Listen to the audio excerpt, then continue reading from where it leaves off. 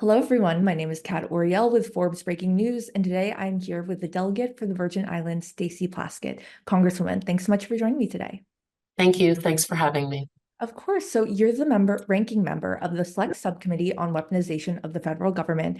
You just finished a hearing today about the lawfare tactics to weaponize the rule of law. What is the goal of the committee for those who might not be familiar with it? And what happened during the hearing today? What were your takeaways? Well, the purpose of the committee is what it says, right? It's supposed to be the select committee, meaning that it's a committee that's only open for a short period of time, usually for that period of Congress, meaning 2 years. And it has a specific purpose.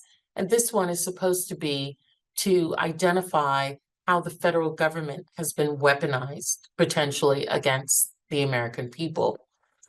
In essence, however, what is happening on this committee, which is led by Chairman Jim Jordan, was assembled during the time that Kevin McCarthy was a Speaker of the House. And it is really a mechanism, many of us believe, to test out conspiracy theories, to push out propaganda related to President Trump. And more insidious, I think it is also being used to try and tamp social media companies from reviewing and really looking at misinformation and disinformation as we go into a 2024 presidential election.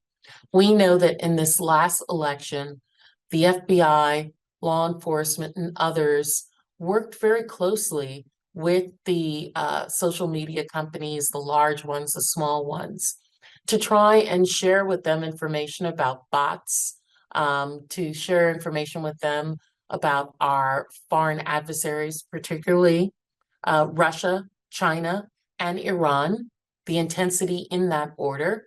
And they're feeding information to the American people before an election cycle.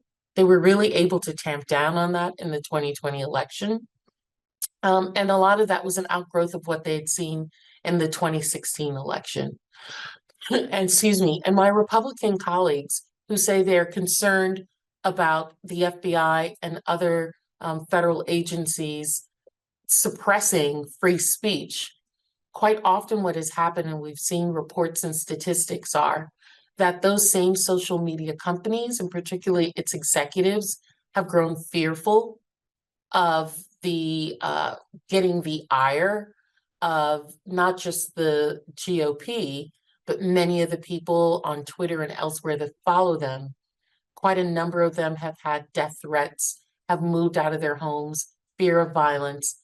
And so they're not engaging in the type of review of post of information that's on social media because of the work of this committee. Yes, so I know that there have been several hearings related to social media in particular, but Six. Sorry. 6 of them, Six, yes. some of which have had even the same witnesses repeatedly. Right. So I know that wasn't the focus of the hearing today. So what was the purpose of the hearing today, and what were your takeaways from the one that happened just a few hours ago? Sure.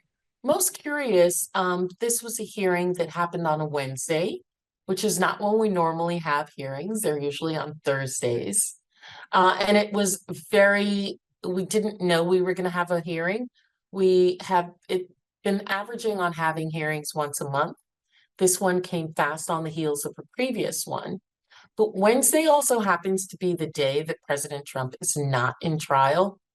And he happens to be on trial right now in New York related to a criminal case that's being prosecuted by the Manhattan District Attorney. And the subject of this hearing was, in fact, the criminal prosecution, particularly related to New York, of President Trump. And so why do you think that it was very important for the Republicans to, during the hearing, I heard them talking about the several indictments against Trump and the hush money payment trial in particular. So why do you think that they, decided that this was something that the Weaponization Committee in particular must focus on? Sure. I think that they have a mandate from the president, as well as other individuals on cable news and other podcasts, to be actively engaged in supporting the president. We saw members of Congress go actually to New York to be kind of in the gallery for him, to be at press conferences, to kind of speak for him in a way that he's not allowed to speak right now because of the gag order.